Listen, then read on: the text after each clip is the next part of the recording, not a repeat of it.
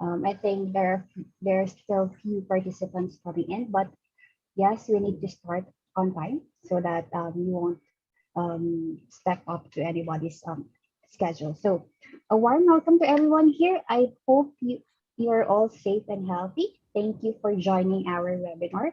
So for today's discussion, it will be all about hotel distribution strategies for travel rebound in the Philippines. And before we start, I would like to ask the participants to kindly mute yourself.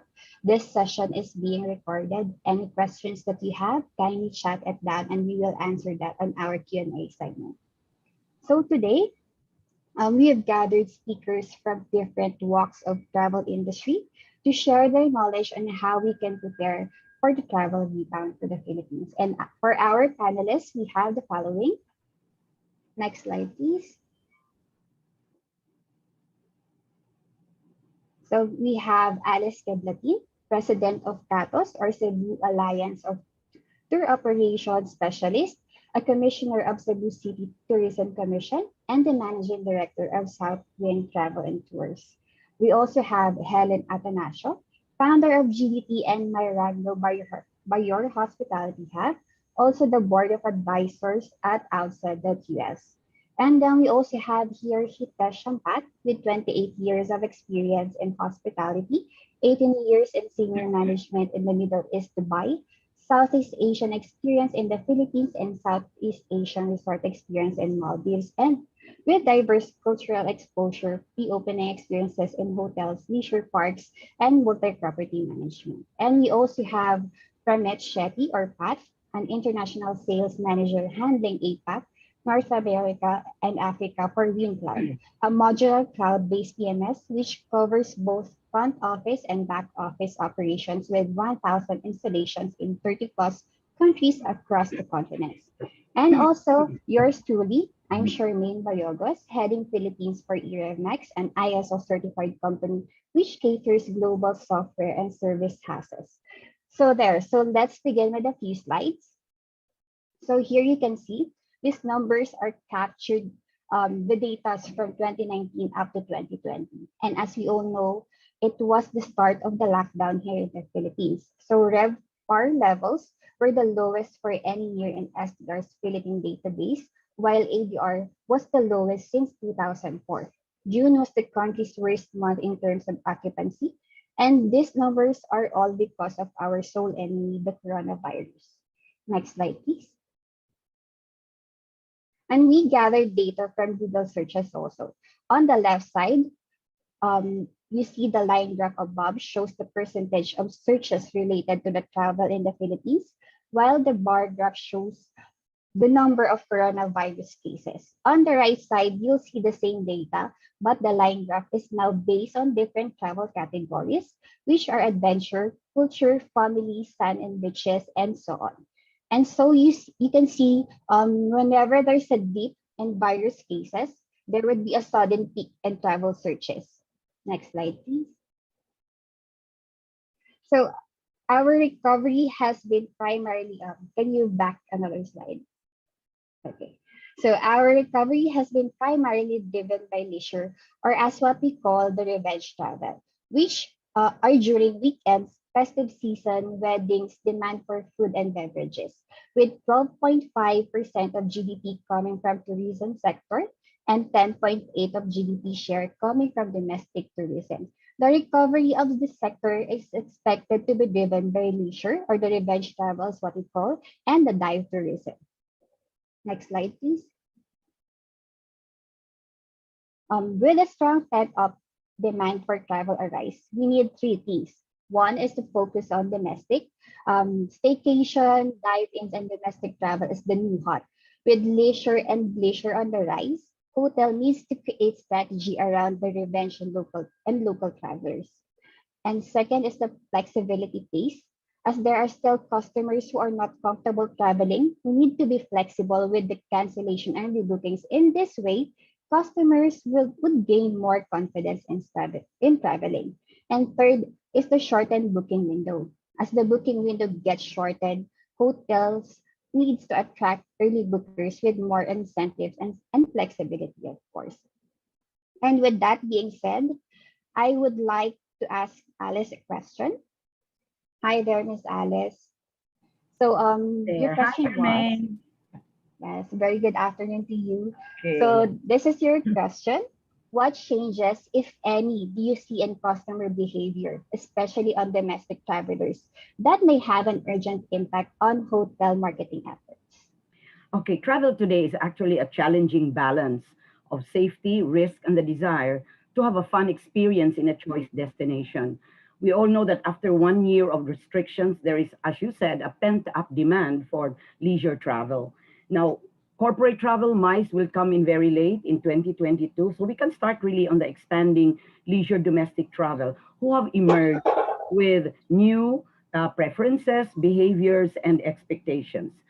These travelers will come in some distinct groups: millennials, or the adventurers, and the independent thinkers. The age group of 50 and above, who were the regular travelers anyway before COVID, and they've got the money, and they are now positioned to do safe post-COVID holidays.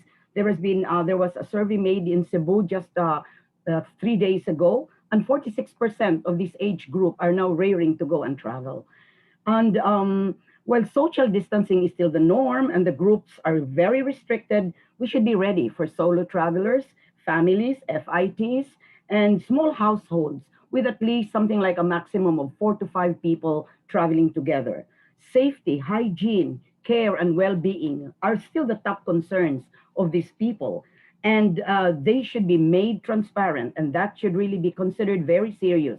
Be transparent with the protocols and communicate it clearly. That's why, for example, for the hotels, the videos that you're producing to explain your protocol, they must be constantly upgraded and continuously communicated. For the tour operators, destination marketing or destination videos that we show in our website should be continuous, just to show that we are still around.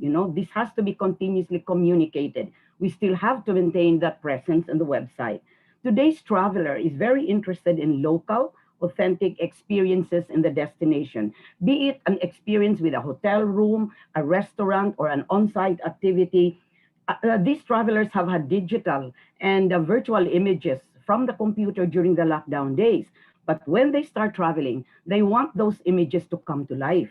So, therefore, an in depth knowledge of the destination. What is the brand, the image of the destination that you are promoting? If you're pushing for a hotel, what destination is it located in? What facilities, amenities, services do you think could relate your hotel to the destination? How will it be relevant to the kind of people that are coming in? You have to be part of a destination.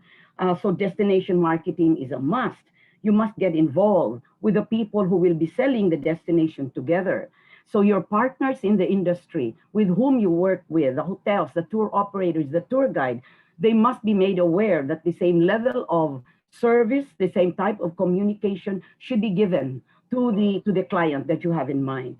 Now, this is also the time for staycations, as was stated already a while ago, and these are short, simple, post-lockdown escapades. The era of smaller hotels. In fact, in Cebu right now, the hotels with about 10, 8 rooms in the hillsides, the smaller hotels, the resorts, the farm stays, the hilltop retreats, the family resorts are now really getting a very good attention. Our usual booking request will be for a family, for a group of four, 2 adults and 2 children, and or they could actually ask for a family package. Most of the hotels here have either accepted 2 adults and 2 children, which is not really rare, but they have also come up with a package like one main room paying full rate for the main family, and then one extension room to accommodate a bigger household of 6 to 8 people, and that's more or less the biggest number of groups or passengers that we've been receiving inquiries. Active holidays with options of outdoor activities is in open spaces, less crowded places, out of the beaten track.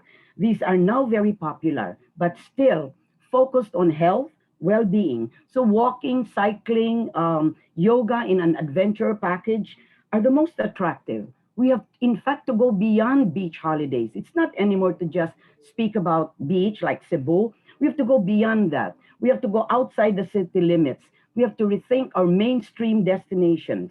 We go to highland cafes.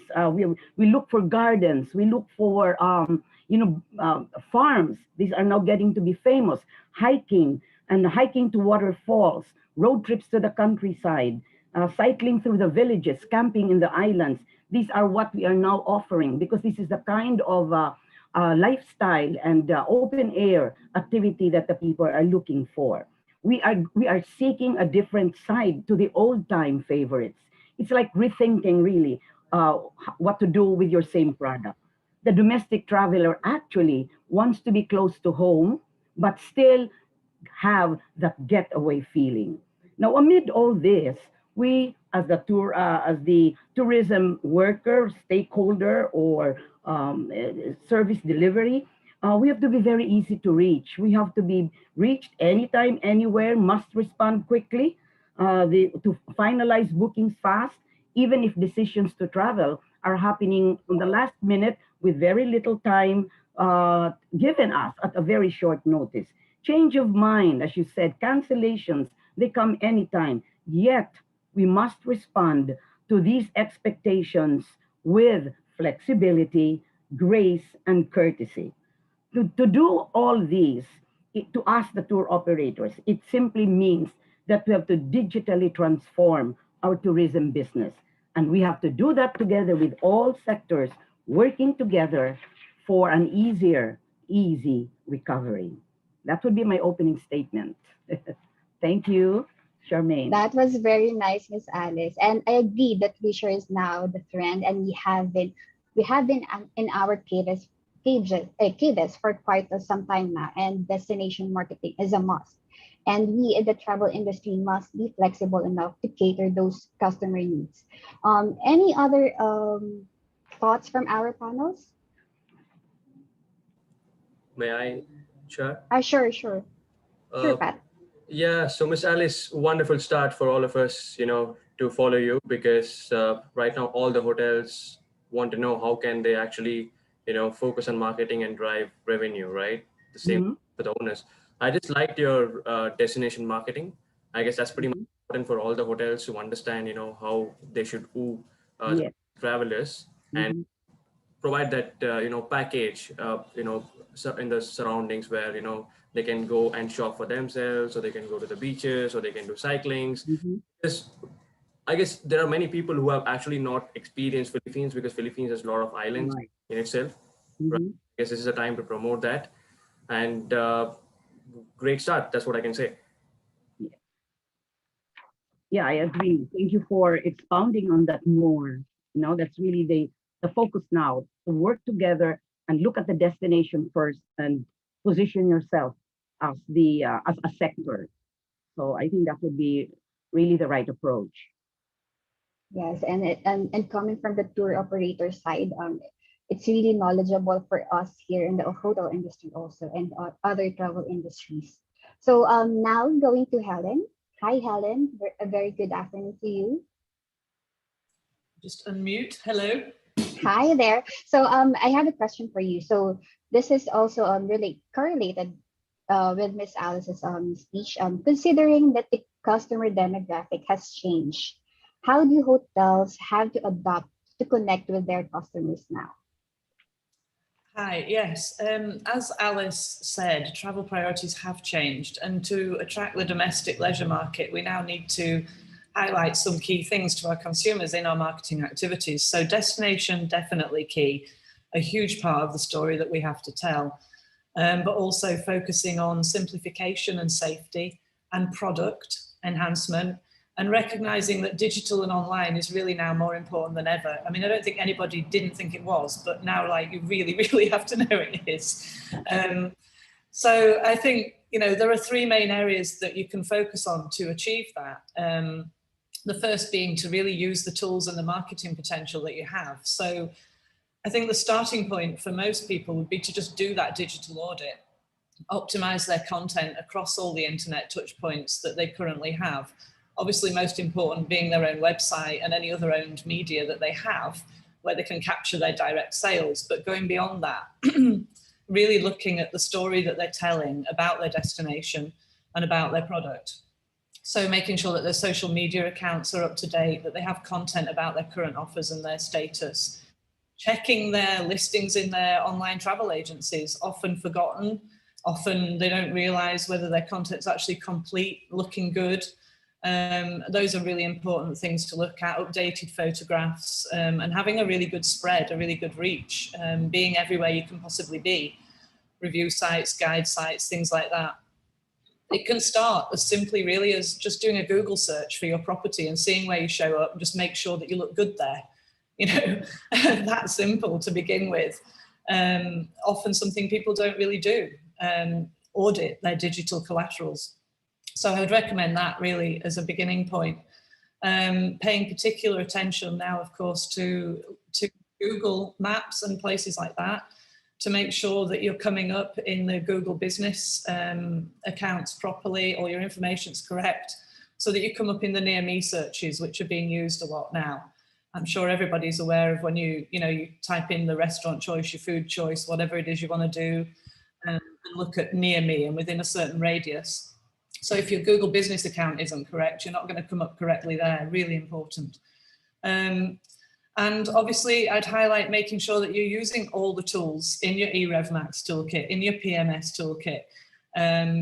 There are so many, and often, and especially as a smaller hotelier, you can be a little bit overawed by it all. But now is the time. You have the time. We're quieter, so now is the time to really look at this digital space of yours and put your product in properly. Check that you're using all your special offer abilities and all the different tools that you've got in your technology. And if you don't have technology, looking at getting it, because that really does up your game. The second area I'd say to focus on would really just make sure that you've adjusted to market demands relating to COVID expectations in your marketing. So, people want to travel, but they want safety and flexibility. So making sure that the information that we have and that the decision is a simple one, taking away the fear of the pandemic as much as possible, explaining your sanitation rules, your protocols, offering tests even, but definitely having a page on your website that's dedicated to your COVID response measures, making that really clear, but of course making sure it's always up to date, because if it's incorrect, that negates everything you're trying to do. But include information about travel requirements locally, ensuring that they feel safe to travel, to do it. And if you can, going beyond that, considering how you can assist the guest to navigate the rules effortlessly, making the decision easy. Vacations are supposed to relieve stress. At the moment, we have situations where travelers are, they're not sure of that. So whatever you can do as a hotelier to relieve that stress, that will help the buying decision immeasurably. So information is key, connecting with people locally key, and working on things within your destination, making it easy. The third area I would say would be to look at your product internally as well. Alice spoke quite a bit about making sure that you're connected with your destination product, and I would have highlighted that, but she said enough about that, absolutely. But you can also look internally. So, bookers definitely today are looking for experiential travel. So, creating attractive things within your property is really key, and adding those things to your website, to your information. Putting destination information, incidentally, on your website is really important. There isn't a lot of information out there in the Philippines for local activities. So actually spending the time to put some content on your website is really, really good for organic search right now. Long tail key searches, the keyword searches and things like that for your content marketing plan, really good. So take the time to do that, finding things and putting it into your website. Really looking at your local product, your internal product. If you have sustainability activities, for example, a farm kitchen, something like that, that people can learn about while they're with you, partnering with locals, or maybe even your staff have skills you don't know about, ask. Maybe you can do demonstration classes as part of somebody's stay with you for indigenous crafts, or cooking classes, or even free cocktail lessons every evening at the bar or whatever. There are things we can do that we always do as hoteliers, but really starting to look at that a lot more now, in terms of sort of a local market and that experiential travel product. And then, of course, the other one, the growth of the long stay traveller, the person who wants to travel and work from where they're staying.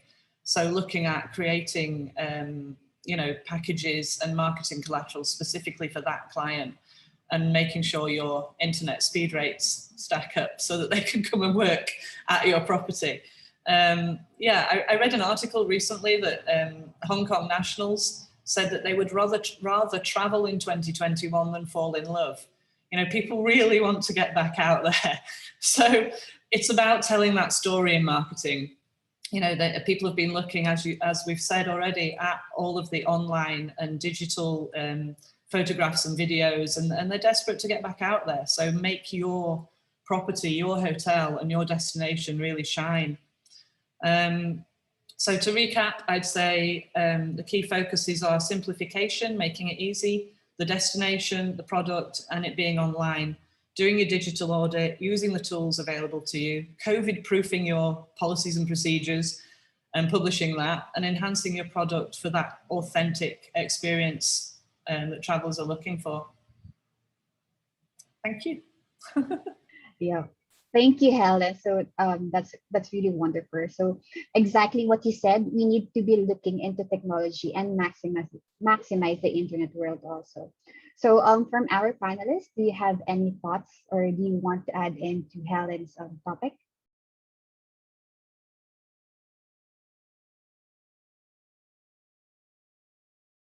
Miss Alice, I think you're muted.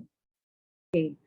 Yeah, I was just inspired by one of the statements that was said by Helen, and I would like to just, I failed to say it, but I would like to come up or maybe mention one strategy of a tour operator to make really the destination stand out, you know, for brand recall. For the tour operators, most of the time, we include the destination even in our taglines. So like, for example, when I'm from Cebu, so obviously that's my destination. So even in our taglines, we say, for example, Cebu is hot. Okay, then we show images of island hopping under the sizzling sun. That's hot. And then we also have another image of sunset cruising with dinner, which is a hot item in an itinerary now in Cebu.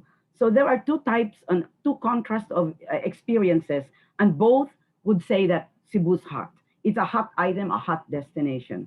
So most of the time we keep the our tagline, the destination's name in the tagline, repeated somewhere in the brochure or even in our major statements. And that really is a very good way of a brand recall. So I would just like to emphasize that. Yes, thank you for that, Miss Alice. Hitesh, you're raising your hand.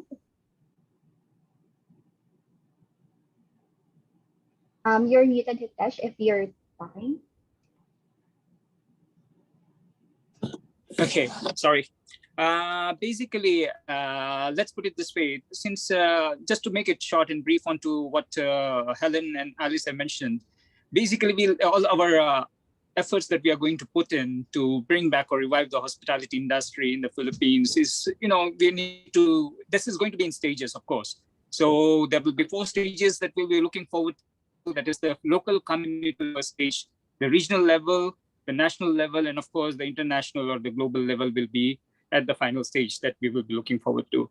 And the 4 basic C's that we are going to use is like, you know, communicating with the community, cultivating our connections, collaborating, and commitment. So I think so in brief, this would be the tagline that we should be using to get back our revival. And thank you very much, Helen, for highlighting such great things about how we can go, and definitely supported by Miss Alice. So yes, that would be for me, my opinion.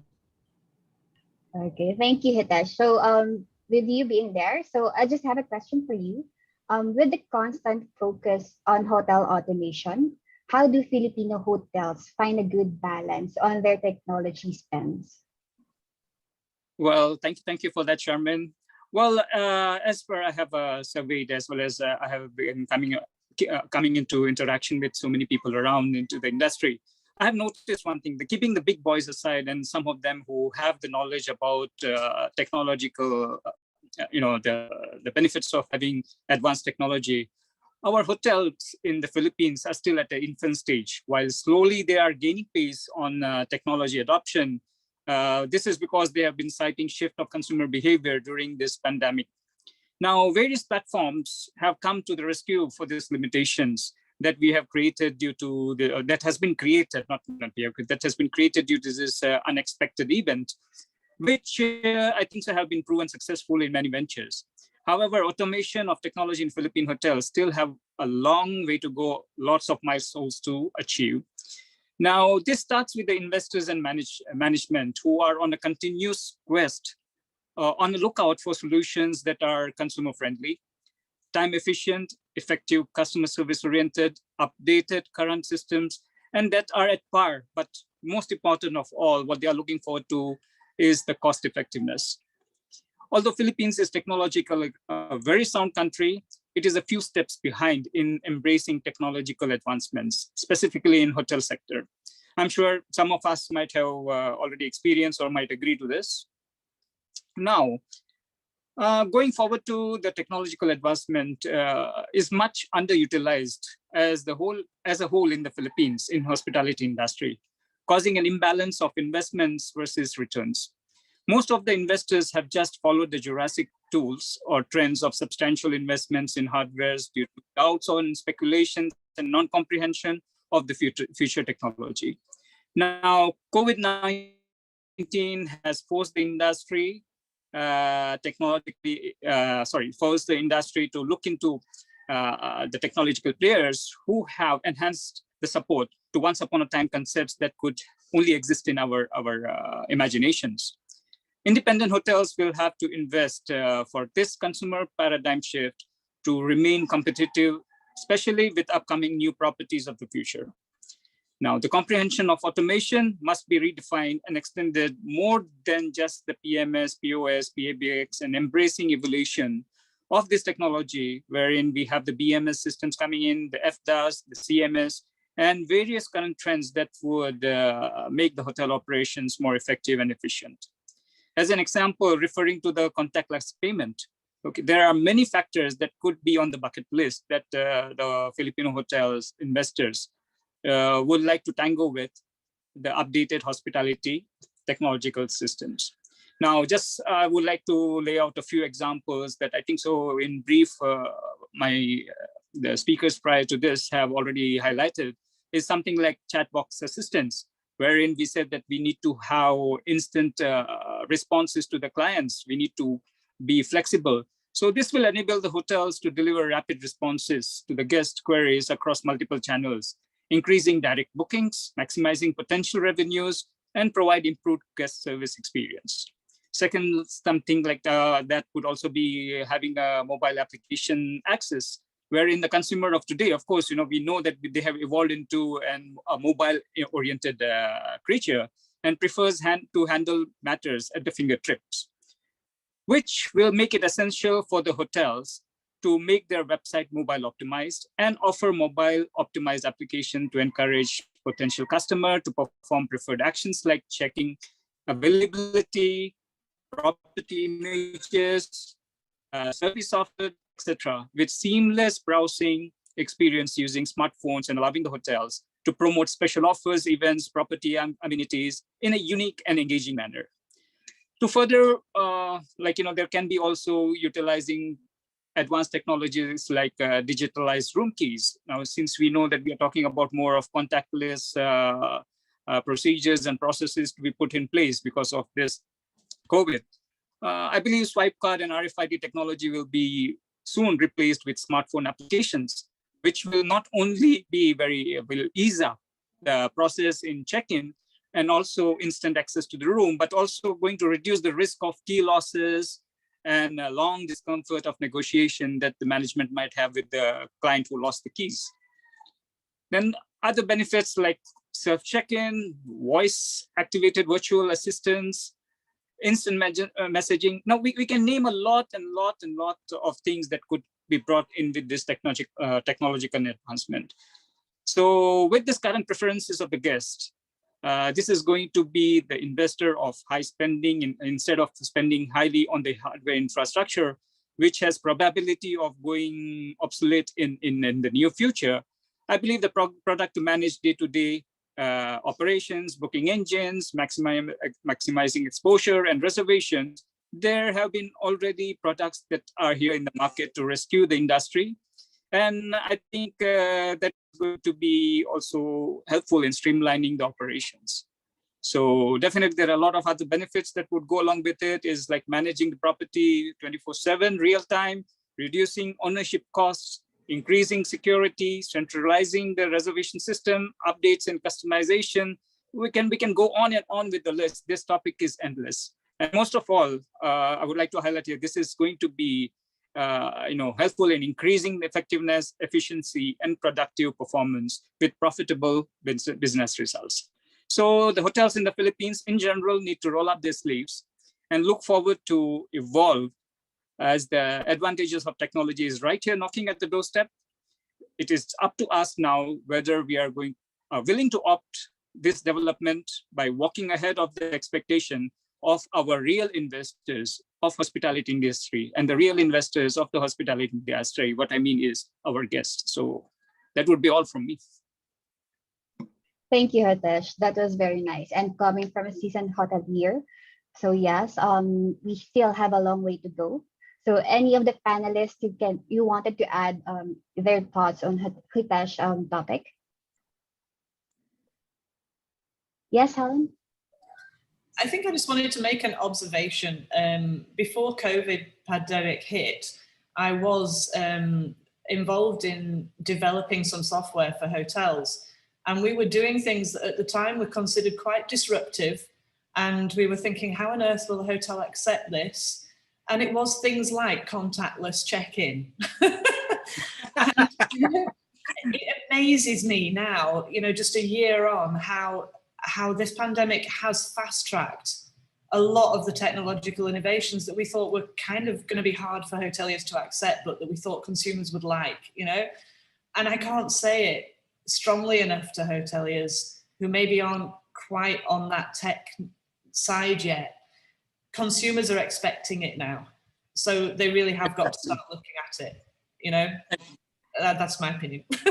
Yeah, exactly. And let me put it this way, whether the hotels have started it or not, the airline industry has already initiated. So probably it's a good turning point, wherein definitely people will be looking forward to it also. So yeah, so we are being pushed for quite some time now, and it's just that this pandemic fast-tracked everything. So there, thank you, Hitesh. Thank you, Helen. So let's go now to Pat. So hi, Pat. How are you? Yeah, hi, Shar. I'm doing good. Thanks. Okay, that's great to know. So I have these questions for you. So, why do hotels need to look for the right cloud PMS and the importance of an integrated cloud-based PMS in today's hotel operations? Yeah. So thanks, Helen and Hitesh for setting up the stage with the contactless check-in and check-out. I guess that's definitely a new normal for all the hotels. So we started it last year, and it's really making wonders for all the hotels right now. Biggest USP for us. So thanks for that. So with that, thanks again, Nirav Max, for having me here in this panel. It is just impeccable to share panel with experts from travel and hospitality. So I'll start with a famous quote from Jay Shetty, not to confuse with me. I'm Pat Shetty though. The best lessons come from the worst moments, right? So I believe right now hotels across Southeast Asia are surviving to ensure they hang on there and they're able to, who guests to consider domestic travel. I think technology has played a vital role during this pandemic. Just right now we are doing everything in Zoom, right? It's completely virtual. So I'm in a love and hate relationship with video conferencing applications because my entire day spends with Zoom or Google Meets or Microsoft Teams using this. But just imagine if this particular web applications were not there, there's no technology, you wouldn't be able to engage with your clients or, even do any educational workshop like this. So I guess technology has played a vital role during this pandemic, as well as for hospitality as well. So most of the hospitality tech companies have extended their solidarity by being flexible with payments and, providing a refresher training, features, interfaces, educating, hotels, why they should go for tech. So to answer the question, right? So PMS has been there for almost now 3 to 4 decades. before even I was born, if I'm right. Yeah. So it's been a central nervous system for a hotel, right? Which everything starts with the PMS. And most of the hotels think, okay, PMS is just for operations, what I'm going to do with it, just the check-in, check-out software. But I really don't think so, because PMS is just not a PMS anymore. It's a modular, all-inclusive solution, because it's able to cater your all the departments, right? Right from your front office, the restaurant, the inventory, the accounting, the banquet halls, the spa management. So it's an all-in-one solution anymore. Nothing like just a PMS. Just imagine in the past, we just had an option of a legacy on premises, right? And we never had cloud. So you have to be in a hotel if you want to access the system. But right now you can work from anywhere, any day, and you can access the data, right? So without the data, you're just a person with opinion, right? But right now you're able to access the data. Just imagine a hotelier, right? I mean, during 12 months ago, when the pandemic, it all started, my heart goes out for this purchase and accounts manager. I've told this in the past webinars as well, because they're not able to access the data to approve the purchases, or see the ledgers, the P&L, because they have to be on site. They are the back office system. But right now they can stay at home, or even they can holiday in Boracay. They can still access if they have internet, right? They're able to get a data. So that's something that's pretty commendable with the PMS which are moved to cloud, right? And in the recent survey, 55% of the hoteliers are not happy with their legacy on-premises system, right? So there are countless of the hoteliers which can actually benefit from a cloud PMS. Just like Hitesh mentioned, automation in the hospitality industry, especially in the Philippines, or other countries also, it's taking some time. As per me, it was just 2019, early 2019, most of the hotels started shifting to cloud, because otherwise they would always want to go with the flagship on-premises system. Just like markets like UK and US, because I look after North America as well, all the hotels out there, almost 68% are using on-premises, and they're not open to cloud, right? Because they feel, what will happen to my data? What about my security? Oh my God. I mean, come on, you're not old school anymore, right? I mean, you're using Facebook, you're using Instagrams, you're using Gmail, everything is on cloud, right? I mean, you're able to access it anywhere, any day. So I guess hoteliers should accept the fact, and they should move on to something which actually benefits them. There's a wide range of systems out there in the market which has a lot of functions. So as per me, you should always choose the right PMS. The PMS just doesn't start with only the front office and housekeeping, because that's called the PMS. That's the name. No, there's a lot of other things attached to it. It will be able to drive your revenue. It will be able to connect your distribution, access controls, consolidations, streamline across all the departments, right?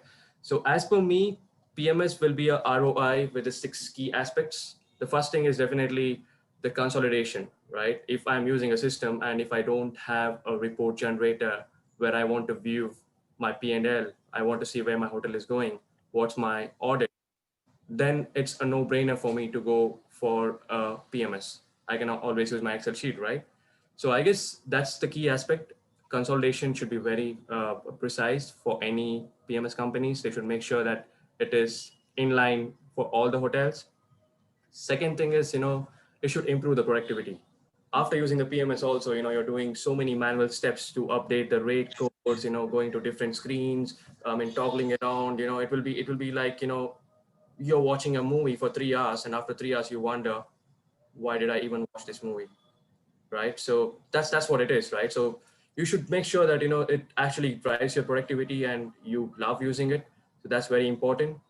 And third thing is definitely an experience, right? I mean, uh, you cannot just go for any company which sells a PMS. It should come with an experience where they have already replaced hotels. They have replaced a category of a hotel. If you are a bed and breakfast, just look at if they have replaced a bed and breakfast. If you are a luxury 5-star hotel, just check out if they have replaced a 5-star hotel. Because I mean, every hotel is different. Every categories are different, because they have a different requirement, and it really makes sense if the PMS is able to cater all the categories of a hotel. And if it is a group hotel with almost 20 to 25 hotels, I see Philippines has a lot of heaps of hotel chains, like the Robinsons or the Discoveries or the Chromas. I mean, the PMS should cater them as well, right? Or not only the independents. It should be able to access all the properties at one stretch. I mean, even if you're sitting in Bohol, you should be able to access properties in Cebu, the Manilas, or the Lagunas. So you able to understand what's happening with different properties. And one more important thing is the integration. I mean, God, you have bought a PMS, but your PMS just says, I'm sorry, I cannot integrate with channel manager. I'm sorry, I cannot integrate with revenue manager.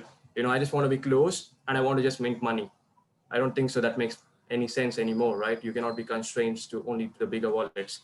So I guess it should be integrated to any particular system, any flexibility, right? Door locks, or the call accounting, or the IPTVs, because that's where you give that extra mileage to the guest, because your guest is not going to get access to the PMS. They're going to access to the in-room amenities. I mean, different other aspects of a hotel, right? Because if your staff is not productive and is not able to get that smile to the guest, then it's completely doesn't make any sense to have any system. So I guess productivity for a staff is very important, and that only comes if the PMS is able to integrate with a different system. And one more important thing is definitely in support and onboarding. I mean, if your company, PMS company, is only able to support you on the weekdays and Saturday, Sunday, they're on a day off and holidaying somewhere, then I don't think so you will get any support, right? I mean, if you have any queries, I mean, no one is there to reach you out, right? I mean, you will be just stuck at the guest and, looking at the guest like a zombie. So I guess that's something is very important. Support should be 24/7. And one more important thing, most of the hoteliers ask me, hey, Pat, what about if my internet is down? What am I going to do, right? I mean, it's very simple. I mean, if you're using Wi-Fi at your home for your Instagram or the Facebook or any social media applications, if your Wi-Fi goes off, you use your mobile, right? I mean, use your mobile data hotspot on. The same thing you can do for the PMS also. The same thing you can do for channel manager also, right? So you can always use the mobile data to access the technology, right? So 2 Mbps is more than sufficient.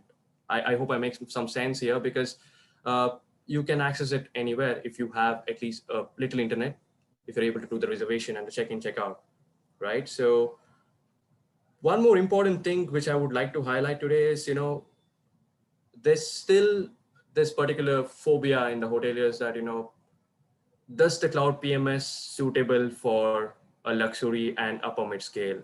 Is it only for a budget hotel or a B&B or a resort with 20 rooms? I don't think so, not anymore, right? It's suitable for anything, any day. Just to give an example, we have hotels, we have a lot of hotels. So there's a hotel with 30 rooms, there's a hotel with 300 rooms. 30 rooms has a different requirement. They are happy with only front office and housekeeping. They don't want anything else. They just want this particular 2 modules should work fine. And I should be able to generate Excel reports and see, okay, I'm in profit, right? But if you come to the 5-star hotel, they have a different, thought process, a different approach, because they have so many departments. I mean, you have the inventory control, you have the banqueting, you have the spa. I mean, you have a full-fledged restaurant, different outlets. The PMS should cater that as well, right? I mean, it's not only the budget hotel. So I guess cloud is going to the next stage now, where it is able to satisfy each and every guest and able to provide that enrichment what is required. And with that, I guess I've covered almost everything what is required to choose for a right PMS. And I hope it's not PMS or any other technology, maybe the CMS also. I hope hotels will benefit from that, and it will be fine tuning the hotel to increase efficiency as well as maximize occupancy. Because today it's a new normal. It's not a new normal anymore. It's a everyday normal now, right? So we are living with this pandemic. So technology will be a biggest savior. So that's it from my side. Thank you so much. Okay, very well said, Pat. Thank you so much. And yeah, I agree with you. PMS now is not just a PMS. It's a fast-paced tech already, and hoteliers need to look into what the system can bring to them. So yeah. Hitesh, yes, I see your hand is raised up. Yeah, can you hear me? Yes, I can hear you. We Okay. can hear you. So, well, Pat, that was wonderful, no? And basically, since being in the industry for such a long time and experiencing all the evolution that has been taking place for the last 28 years in technology in the hotel industry, I would really look forward to people to comprehend, to understand what is the advantage of such PMS systems. Now, of course, as what I had mentioned in my spiel, that the investors and the management, because they are so insecure about their data to be at risk if they go on cloud management systems or anything that they could refer to the cloud, they have invested in systems that are of Jurassic trends, wherein you need to keep on updating it, upgrading it, and eventually a hardware is going to go obsolete. So again, people are going to invest further to either change the system or you keep on upgrading it to an extent that they're going to lose a lot more than they could gain.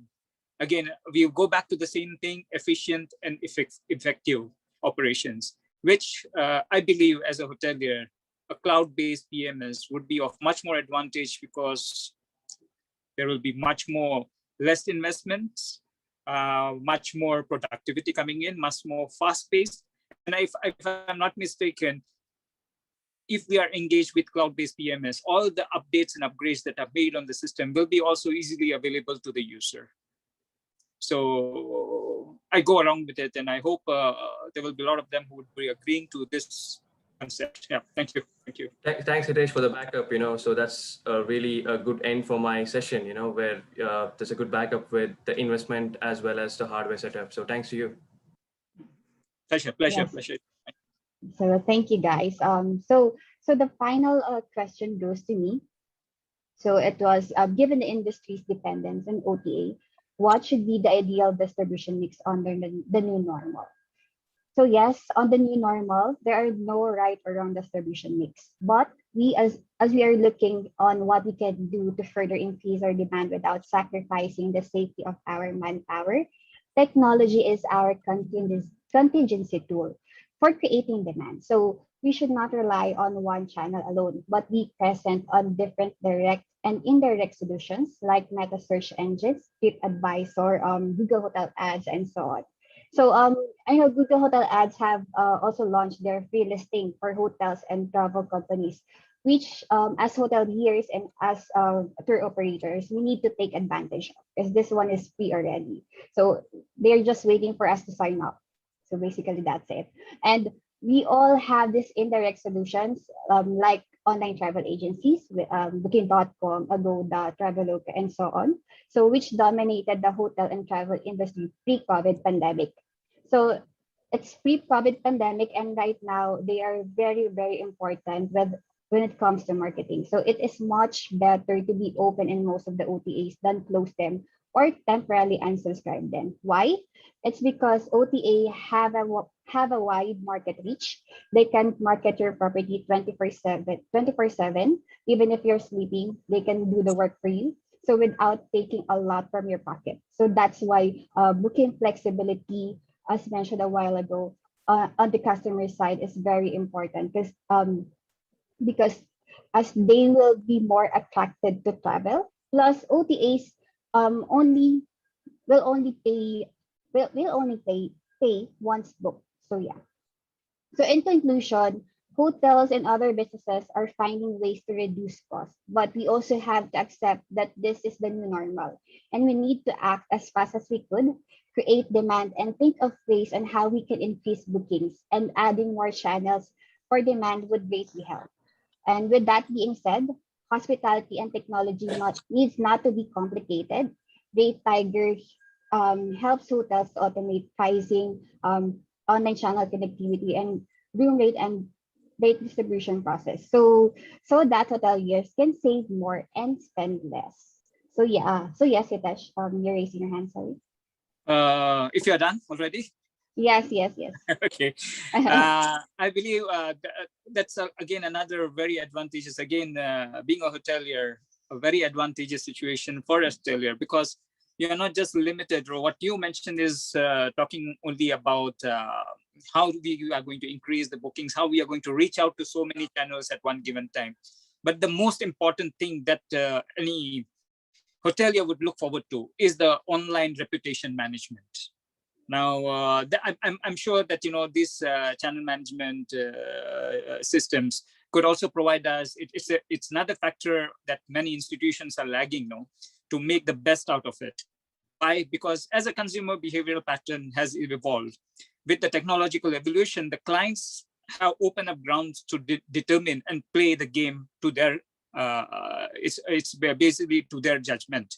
They have the right to personally experience and as well as give the feedback to other people through live demo. Basically, what they are doing is they are sharing their experience through posts and videos or whatever, where we have the social media marketing, we have the influencers marketing. All these people are the ones who are sharing their experience. So it is much more of an investment that is going to pay off for getting the feedback also of their experience, which will be helpful for us to rectify where we are lacking and to appreciate where we are exceeding. So yes, that would be for me. Yes, thank you for that, Hitesh. Helen, you have your opinion? Yeah, I just wanted to sort of back that up really and say, there's been many studies done. Actually did one myself in the Philippines as well, so I can say this is actually pertinent to the Philippine market. Consumers, you need a big breadth of coverage. You need to be on all the OTAs. You need to be on all the review sites because consumers look at them all. They shop, but then they always go direct. So, it's really important that you've got your own shop front, if you like, working really well. And that's another mandate for technology. You really do need it. And you do need to be in all of those places. Consumers will shop, they'll look around, they first look at the reviews, they look at the other OTAs, they look at your content elsewhere. That might be where they first find you, but then they will come and try and find you direct too. So if you're looking really good direct, you probably snare that booking direct to you. So you can use these other channels as other marketing places. So don't be afraid to sign up to as many as you can because it's all just coverage from a marketing perspective. True. Agree. Yes, I agree. I agree, especially right now because we are all in our caves and most people are just doing it online. So it's better for us to be out there with every channels that we could and be present and be just online. But that's why you need a channel manager. Yeah, that's correct. So we have one system that could consolidate all. So yeah, that's why we're here. Worth it. You can have yourself advertised in 50 different streams, but at least something's managing them. Yeah, because other hoteliers are very much afraid to be out there just because they can't manage all of it. So they don't know that we have this special software called the Channel Manager, wherein they can actually manage all of the channels that we have in there. So any other else from our panel? Anything else? I think we're good. Okay, so I think we're good. So let's now kick off the Q&A question. So we'll pick a question from our audiences. So I have one question a while ago. This is from Rada.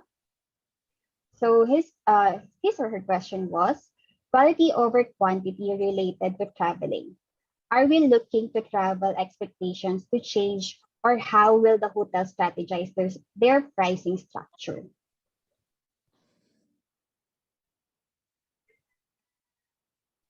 So I would repeat the question. Quality over quantity related to traveling. Are we looking to travel expectations to change, or how will the hotel strategize their pricing structure? So basically, it's asking for the pricing structure and how we can strategize it. So any of the okay. Well, I would like to answer it as what I had mentioned earlier. Excuse me. As what I had mentioned earlier, we have a limitation of market. So definitely every hotel or every institution, they first need to understand that what is the market that they are currently having, who has the spending power, or I should say a disposable income. Now, considering the whole of Philippines, now I cannot go area by area. If probably you could forward my email to Miss, who is this, Miss Radha? Yeah, so probably like you could forward my email so I could explain it in a much more better manner. But in an overall situation, it will depend on the location that you are, because currently with the situation in Philippines, you are targeting the local community level, okay, or a little bit of the regional level, because people are afraid to travel. So out of this, who are the people who have the potential to buy the hotel? Now, if you are going to compute on a statistical basis, overall Philippines, only 20% or less than 20% people, somewhere in the range of 19% people, have a disposable income who would wish to travel. So then the next part will come in is the location. Are they ready to travel? How much is the travel ban or affecting, or how much is the traveling itself is affecting, whether there are ample of flights available, whether they can go to these destinations, whether they can be, well, definitely if you are saying that they have the power of disposable income, they would travel to you. So now it comes to the interest. What are their interests? So that's where if you have to combine the deliverance of speech of all the speakers today, you would get an idea that what sort of market that you are actually targeting to. What is your returns that you're expecting? And we have to understand one thing, that since this is a regular normal, as what Pat mentioned, that new normal has now become regular normal. So we have to understand that expenses are not going to be limited.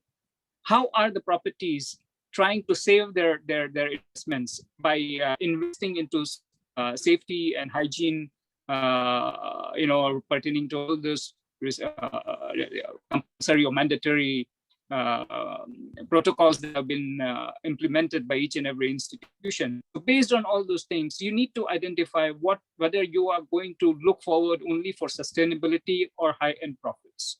So if you're talking about sustainability, yes, you will have to go into an area where you're giving a discounted pricing, which of course everyone in the Philippines loves discount. Yes, so you can go for that thing. But on the other end, if we are looking forward to something like you want a big market coming in, but if you're looking forward for somebody to spend a high amount of money, you are very much limited. Like if you are going to price it at a very branded rate, okay, you are talking only about a population of 1.3 million in the whole Philippines who are earning this income that would really look into that sort of thing. But out of this 1.3 million, how many of them are ready to travel?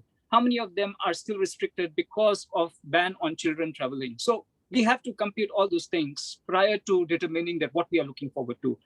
Are we looking forward to a market wherein only couples or singles are going to travel? Are we looking for the barkada things who has the disposable income? So there are various factors that you will have to identify prior to pricing yourself and determining that what you are looking forward to, profit or sustainability. Yeah, that would be my answer to this. May I make a comment as well? Oh, sure, Miss Alice. I would just like, I'm not a hotelier, so maybe there are many things that I don't have in my, in my box. But I would just like to use as an example in terms of hotel pricing of rooms. The ongoing, for example, I Love Cebu. We have an ongoing online sale, which is I Love Cebu. And my God, the hotels are really raking it in. The tour activities are not selling. Definitely, we understand why, because people nowadays, they just want to get out. They just want to go to a destination, and whatever hotels give the best price in that destination, they grab it. Nobody is thinking yet what I want to do in the destination. That will happen when they are already in the destination, and that's where the awareness of the tour operator should come in. That's why we are really collaborating with all the hotels. But in terms of pricing, one thing that is really attractive in the I Love Cebu sale is rooms that you would normally sell at, like, let's say 15,000, it's coming down to 50%, like only 7,500. But then the caption is you have to buy it within a selling period. Okay, and so if the selling period is only 2 months, then you have to buy it from let's say May 1 to May 30. That's the buying period. Of course, the flexibility of the validity, there was a lot of discussion about that. I mean, like, you know, we wanted it valid for a year because we don't really know if we're going to get people or not. So people were saying, oh, that's too long a validity. Okay, then we do flexible pricing. If you want a validity for a year, there is a certain price. But if you want to get it now and, you know, use it up for, let's say 6 months, not knowing if domestic flights will really come to Cebu, this is the price. And, you know, it worked. So there are really ways of looking at it. If you want to grab it now and take a risk if flights will come in or not. But then, as I've said, and I mentioned it, the flexibility will always be at the end of the game. Because when we were negotiating with our hotel partners, we said, okay, just to get the business, come up with a very good rate, maybe valid for what, 6 months. But then everybody just started feeling that, you know, if it's not happening in 2 months, so what will happen? Okay, we keep on extending. Now it's valid for a year. So it really depends on flexible pricing. You can do a price, which could be which could have a very long validity, and you know, with a lot of things coming in. But you can do a price which you grab within a selling period with a validity that is shorter. And as we go on during the promo period, you decide whether you want to extend it or not. And that's what we're doing now. And the hotel rooms are really selling. And I can feel that the flexibility of the pricing there is really making a big mark. Yes, exactly. Thank you for that, Miss Alice. Yes, Helen, you have your thoughts. Hi. Alice has actually touched on a lot of what I was going to say. We have a lot in common, Alice. Yeah, really. I guess I was struck a lot by the beginning of that question was, you know, the quality over quantity. And just, it got me thinking about, I started my hospitality career on cruise ships. So when I got my first hotel, I kind of used a lot of those techniques. And I think there's something really to be gained from thinking about collaborating in that local destination space with tours and activities. And, you know, at the moment, if you attract a guest to your hotel in an area, you've captured them. You can be the one that sells those tours on, that, you know, creates those packages. And you can pre-sell. You can use your tools to pre-sell as well. You can use your content marketing to pre-sell things. There's an opportunity, I think, for hoteliers to up their revenue streams in this particular bandwidth, if you like, that they may not normally think about. You know, just actually taking a few old school kind of activities, and when guests arrive, you know, now maybe there's a safety briefing, maybe there's a COVID response briefing, but, you know, you're also doing a local destination briefing. I always did that with all my guests in my little boutique hotel. Told them all about Boracay, you know, exactly what there was to do, everything, and uplifted my revenue by a substantial amount because I was selling tours to them. So there's something about quality that can be, because by that we mean obviously more revenue. So there's something interesting for hotels in that. I haven't thought it through very much, but something to think about. Yeah, that's right, Helen. Yeah. Helen, agree to that point of it. Yeah. Like, you know, for upselling would be the answer to. Yep. Yes, exactly. So another question. So labor related to travel industry being in shortage due to COVID and its consequences, how will the tourism industry grow out of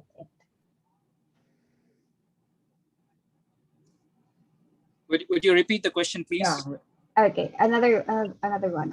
Labor related to travel industry being in shortage due to COVID and its consequences.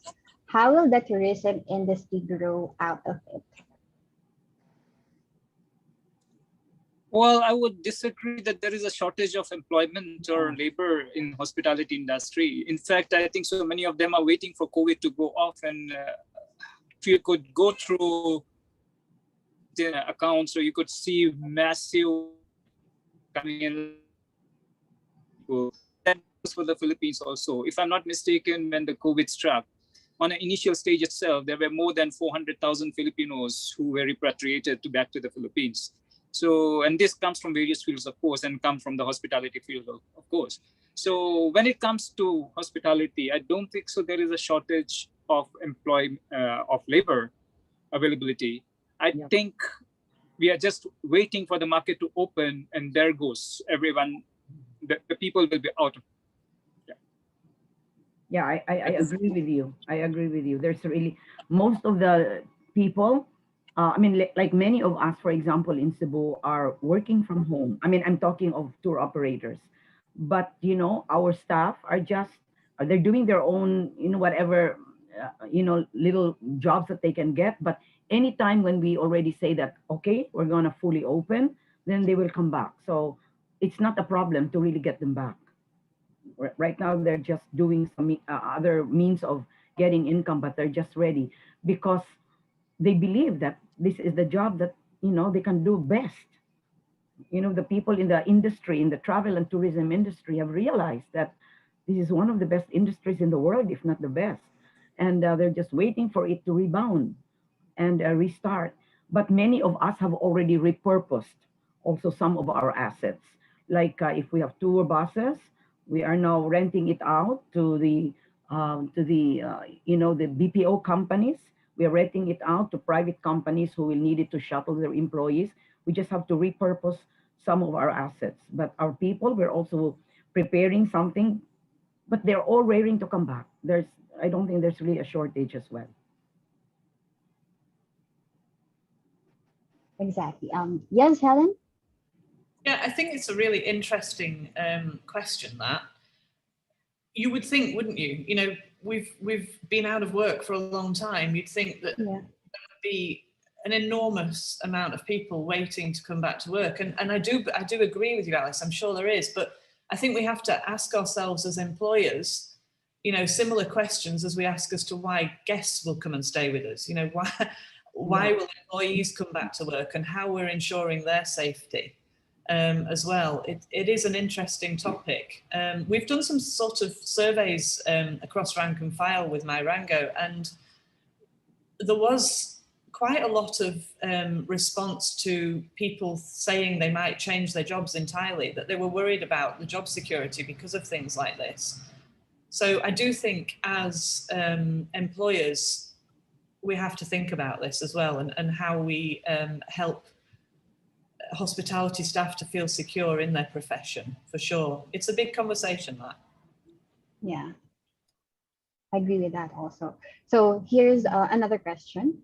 Are the hotels and big apartments looking to use tools like effective online channel distribution softwares or channel managers or CRSs even to make their presence, content, price distribution to all the right places more productive? So I'll repeat the questions. Are there hotels and big apartments looking to use tools like effective online channel distribution, softwares or channel managers or CRSs, even to make their presence, content, price distribution to all the right places more productive? So for me, looks like this as is for I am, you. yes, as I am Yeah. on the channel manager system company, so it's a yes and no. Why? Because there are companies that knows what's the use of channel manager, so they know basically that they need to connect with all of the OTAs and direct or indirect channels that they can. So yes, basically they know what's the use of CMS, and they are really looking for that. And no, for those that don't know what's the use of CMS or what's the use of online and indirect marketing. So that's why we have this webinar to actually teach them that technology is much more than they are actually thinking of. So it's technology is like a marketing platform, so it comes in free. You just need to do more research and be more or be brave enough to actually dive into technology. So it's a yes and no answer for me. So yeah. Okay, so I think Vernon is raising his hand. Vernon? Are you still there? Yes, I am. Hi. Thank you for allowing me to join you. I'm from South Africa. I represent EREP Max in Africa with a lot of my colleagues. Just a couple of questions I've got, which I've been doing some research on, and moving away from technology and the new normal being the regular normal. I just want to raise a few and be a devil's advocate here. Take South Africa, for example. International travel was supposed to open up on the 1st of April. Then the second variant came out in South Africa, and all airlines blocked South Africa except for 14, not flying to South Africa because of the second variant. So did it happen in Brazil and now in the East. Now, there's a video going around from a very, very knowledgeable pro-vaccine professor, and I don't know if you've seen it, but it's based on scientific fact that we're going to experience more variants. So, and various countries will experience more variants of this COVID virus. So the vaccine is going to mutate. And if you watch this video, you'll see what I mean. Now, it could be a conspiracy theory, but it's affected us in South Africa so much that we cannot reconnect with our corporates and our tour operators and our incoming, because we've only got certain airlines flying here on certain conditions. The other factor is that when the World Health Organization comes out with their statement that you can only travel if you've been vaccinated, that's also going to put a massive restriction on people traveling around the world, leisure or corporate. Then there's the other restriction of when you arrive in a country, you've got to self-isolate for 7 days or 14 days if you show the symptoms. Now, you could pick the symptoms up on the airplane and then land on the other side, and you've got 14 days that you haven't budgeted for. So the non-controllable variables, which I'm referring to here, not the straight technology and the straight marketing and the straight sort of accepting the new normal, is the COVID variant and the restrictions on countries as to their self-isolation policy and as to their entry policy and their exit policy. So for example, Africa, there's absolutely no travel whatsoever. It's blocked, completely blocked. So is British Airways, so is Mauritian Airways. Mauritius have closed off their island completely, 100%. The fact which hotels have to take into account, looking at the controllable global variables based on the actual problem. The other thing is we have to now look introvert. So I'm going to ask the panelists if they've got any suggestions which on how to adopt the regular normal. For example, I started a system in South Africa where come and work from home in South Africa, and you can walk amongst lions and swim among sharks. And we generated over 3,500 rooms, and we got a rapid visa. But now the airlines aren't flying here, so we can't get them in. So this is the uncontrollable variables which I'm talking about in South Africa, which is affecting travelers coming to our country immensely.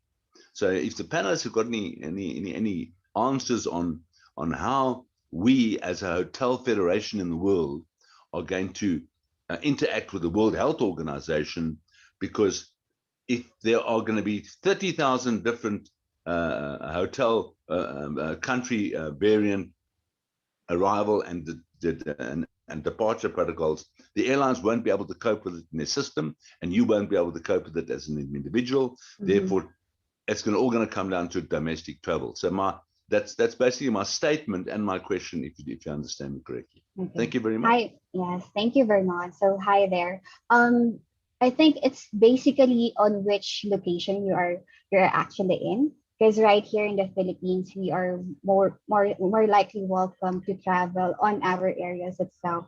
So it's basically on your demographics, on where you're located, basically. So I think our panelists also would agree about that because here in the Philippines, we are most likely welcome to travel. Yes, Helen? I was just going to say, I mean, that's the huge question, Vernon. You're absolutely right, and obviously the huge worry for our industry as a whole. I wish we did have answers. I wish we all had answers. I'm sure we could all make statements here now as to what we think ought to happen globally moving forward in travel. And, you know, when we finished up today, I was going to say that, you know, for me, collaboration is the big thing that we have to do. We have to start having this conversation. I mean, I was only going to talk domestically because that's what this particular webinar was about. But collaboration really, and everybody talking about this and everybody bringing those ideas to the table, but our governments, we're kind of, you know, as an industry, we're really reliant on them. Yeah. I don't know what the solution is in South Africa, but here it's very similar. You know, we can't have any international travellers right now. They're not allowed. Full stop. So the only thing we can talk about is domestic. I know that doesn't answer your question, but maybe it's another discussion that we can put on the table, Charmaine. You know, that is a really big thing. I don't know exactly about it, but we ought to be. Yeah. So thank you, Helen. So we will be wrapping up this discussion because we have exceeded our time. So Hitesh, for your last suggestion. Anyway, after I raised my hand, Helen has actually covered up that thing where she mentioned about more on collaborations and more on local thing, which I think so. I had specified it when it comes to the yes, on international level, it is still a long way to go. We don't know what's going to happen. Nobody has an answer to that sort of a question. Wherein we can say that we are in 6 months from now we are going to have this. No, we have anything to be. And that manner. Yeah, that will.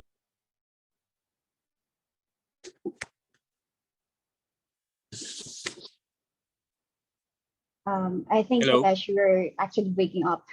So there. Well, anyway, I said that I'll just repeat it. After I raise my hand, Helen has covered a lot of that. Okay, so we'll just end up over there.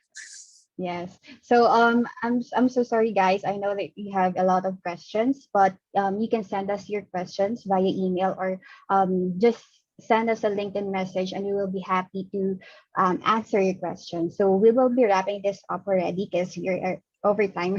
So it just need to be at 4 p.m. However, it's 4:17 now. So again, I'll be going around the table for your closing remarks. So let's start with Helen. Unmute, sorry.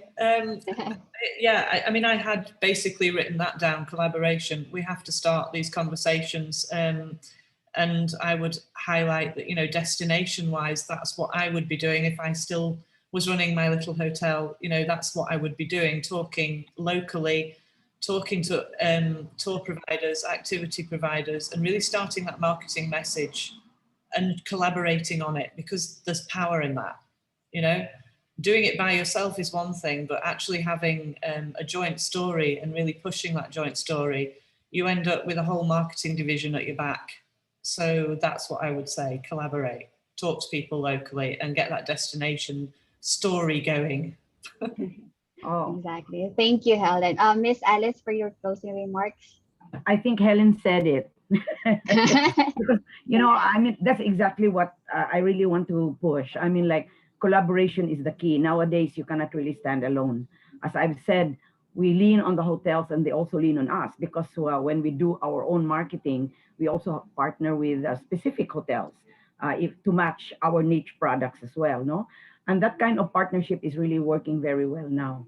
I mean, you know, on both sides, flexibility is the key, understanding, you know, of what would be the benefits on either side, and, you know, willing to work together.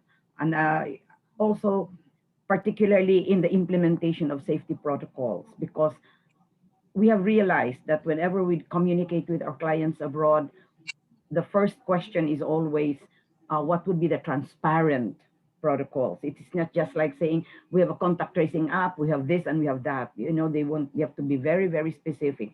Like also even with how we take care of our transportation, since we operate our own buses and vans. So even that, you have to send them a picture on what is this and what is that. So they're very, very specific. And that kind of detailed relationship with the different tourism suppliers, I think, is what's going to pull us all out of this, you know, all out for recovery. So Yes, thank you for perfect. that. Thank you. Thank you for that, Miss Alice. So, Hitesh, for your closing remarks. I would just like to add a few things. Is as what I mentioned, I said that people have to go along with communicating with You're our, breaking up. will have to go along the creation of our connections, collaboration of course, and commitment. And when I say collaboration, I would uh, okay, so I and as what I mentioned Okay. earlier, creating connections, collaboration, and commitment. And when we talk about the collaboration, yes, I would like to extend over there, not just with the tourist sector. We need to collaborate with also like the consumable market, like if you're talking about malls or big companies or something, because end of the day, all the consumers are also potential clients for us. So yes, collaboration is going to play a big, big, big role in reviving of our industry. Thank you, Hitesh. So Pat, for your closing remarks, please. Yeah, I guess almost everything has been covered by all the panelists. I'm left with the last one. Well, I just want to end it with, one of the famous quote once again from Mr. Conrad Hilton, the founder of Hilton Hotels. So it has been and continues to be our responsibility to fill the earth with the light and ray of hospitality. So I guess this is something we need to follow. Hospitality is evergreen. It's not going to end. End of the day, if I have money, I would travel every day, every time, and you'd never see me again. That's for sure. So I guess it's gonna be there. But when I travel, I need hotels to stay. So hospitality is every time, every day.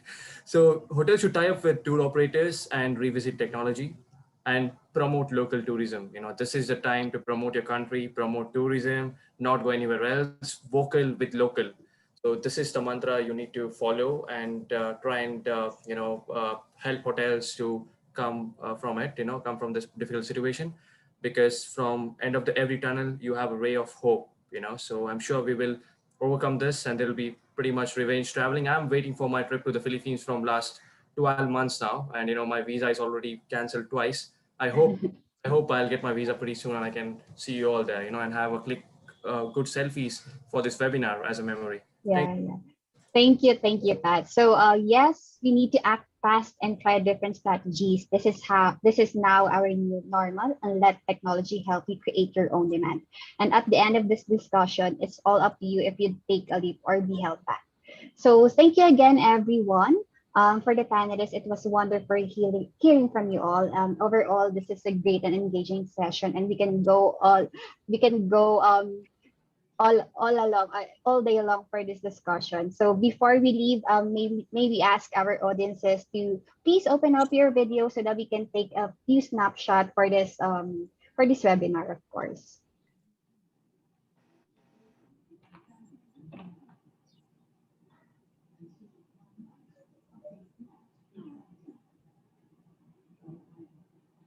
Yeah. So for